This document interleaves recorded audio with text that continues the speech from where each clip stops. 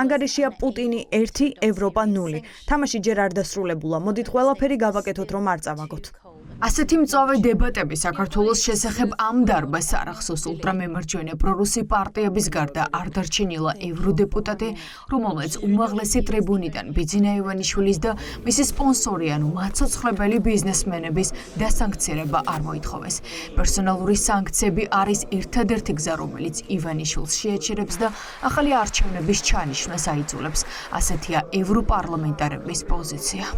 In Georgia, the EU is the only. საქართველოსთან მიმართებით ევროკავშირი ერთადერთი მხარეა, რომელიც არაფერს აკეთებს და ეს სირცხვილია. არჩევნები მოპარული იქნა და არც ახალი პრეზიდენტი, არც მთავრობა, არც პარლამენტი არ არიან ლეგიტიმურები. ევროკავშირის საბჭომ ვერ შეძლო სერიოზული სანქციების მიღება. ინდივიდუალურად სახელმწიფოებმა მიიღეს ზომები, მაგრამ ჩვენ არა და ზომები, რომლებიც მიღებულია, უაზროა. პირველი ქართველი ხალხის ერთადერთი ნამდვილი და ლეგიტიმური წარმომადგენელი და ერთადერთი აღიარებული თანამდებობის პირი არის სალომე ზურაბიშვილი.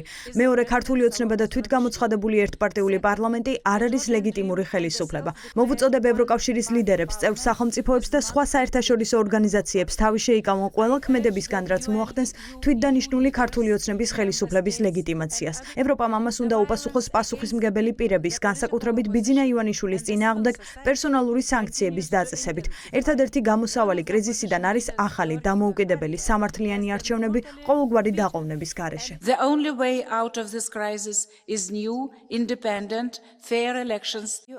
პოლიტიკური დებატების შემდეგ ევროპარლამენტი საქართველოს შესახებ რეზოლუციის მისაღებად ემზადება, სადაც ყველა მთავარი მოთხოვნა აისახება. ევროდეპუტატები ევროკავშირისგან ითხოვენ, რომ სანქციები იყოს უფრო მკაცრი, ვიდრე დიპლომატიური პასპორტების მქონე პირებისთვის ვიზო რეჟიმის შემოღება. იმის გამო, რომ ივანიშვილის რეჟიმის დასანქცირებას უნგრეთი და სლოვაკეთი ბლოკავენ, ევროდეპუტატები მოქმედებას კონკრეტული ქვეყნებისგან ითხოვენ. საქართველოს კრიტიკულ ეტაპზეა ევროპული ღირებულებები ან კრემლის კრიმინალური რეჟიმის ტრიუმფი. ჩვენ ევროპარლამენტი გვერდზე არ უნდა გავდგეთ, უნდა მოვითხოვოთ სანქციები ოლიგარქი ივანიშვილის და მასთან დაკავშირებული ბიზნესმენებისა და პოლიტიკოსების წინააღმდეგ. ამჟამინდელი მთავრობის და პარლამენტის საერთაშორისო იზოლაცია.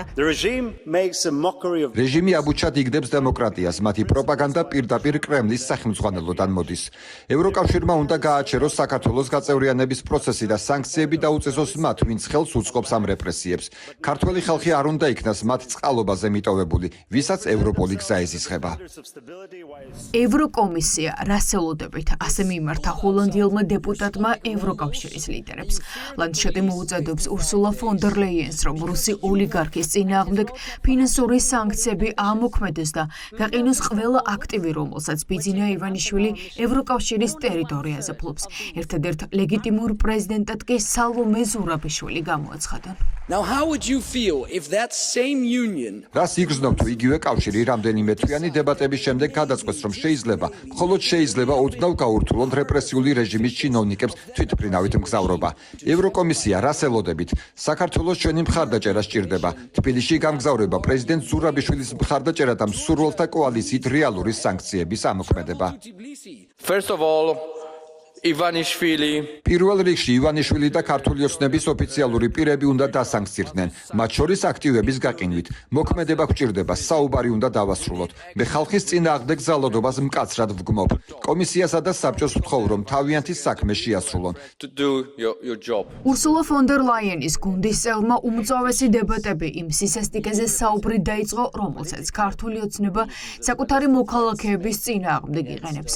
ევროკომისიისთვის პრობლემა ის, რომ ამ დრომდე არც ერთ სამართალდამცველს ადამიანის წამებაზე პასუხი არ უგია. სამაგიეროდ გისოსებს მიღმა სვამენ იმ შვიდობიან დემონსტრანტებს, რომლებიც ევროკავშირის დროშებით ხელში საქართველოს ევროპული მომავლის განადგურებას აპროტესტებენ. მაგნუს ბრუნერი შინაგან საქმეთა და მიგრაციის ევროკომისარია, რაც ნიშნავს იმას, რომ ეს ევროკომისიის ერთიანი პოზიცია.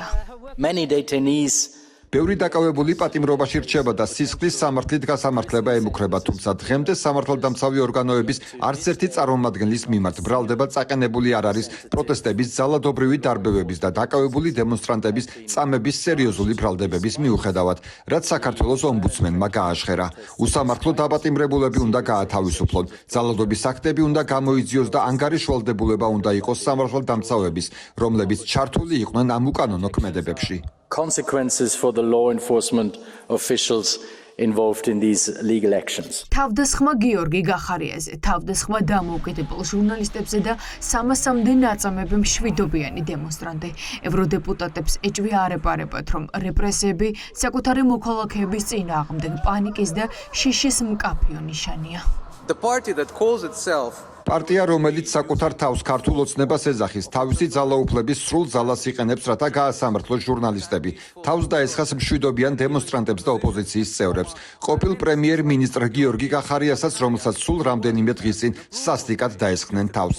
ასე რომ ვკითხულობ, ირაკლი კობახიძე და მიხეილ ყაველაშვილო, გეკითხებით, სადამდე ხართ მზად ესკალაციისთვის? თქვენს ხალხს მხოლოდ ერთი რამ სურს, არჩევნების ხელახლა ჩატარება დემოკრატიულ პირობებში და ეს უნდა მისცეთ მათ. Just heard former Georgian Prime Minister Georgi Gaharia. No one is safe in Georgia anymore. ქართული ოცნების რეპრესიებისგან დაცული არავინ არ არის, მათ შორის არც ყოფილი პრემიერი და არც პრეზიდენტი. ქართველები თავს შეშინების უფლებას არ აძლევენ, რადგან ძალადობის ესკალაცია ძლიერების ნიშანი არ არის, არამედ იმის ნიშანია, რომ ქართული ოცნება პანიკაშია. ევროპარლამენტარები უკვე მუშაობენ რეზოლუციაზე, რომელსაც თებერვალში პირველივე სხდომაზე დაამტკიცებენ. ევროკომისიისთვის ეს იქნება სახელმძღვანელო დოკუმენტი, როგორ უნდა მოექცენ რეჟიმს, რომელიც ცდილობს, რომ ქვეყანა რუსულ ორბიტაზე მოაქციოს და ქვეყანა ლუკაშენკოს ბელორუსად აქციოს.